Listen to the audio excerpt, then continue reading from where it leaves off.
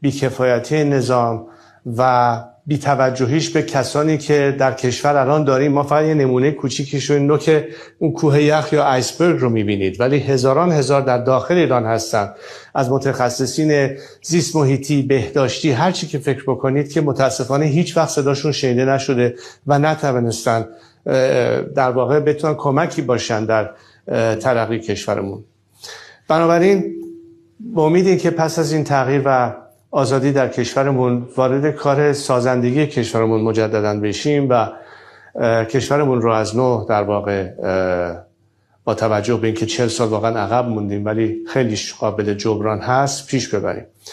و این برنامه نموداری خواهد بود از بخشی از مسائلی که باهاش مواجه هستیم که مسئله انرژی هستش البته، و امیدوارم برنامه‌های دیگری بعداً داشته باشیم راجع به مسائل دیگر. و طبیعتاً من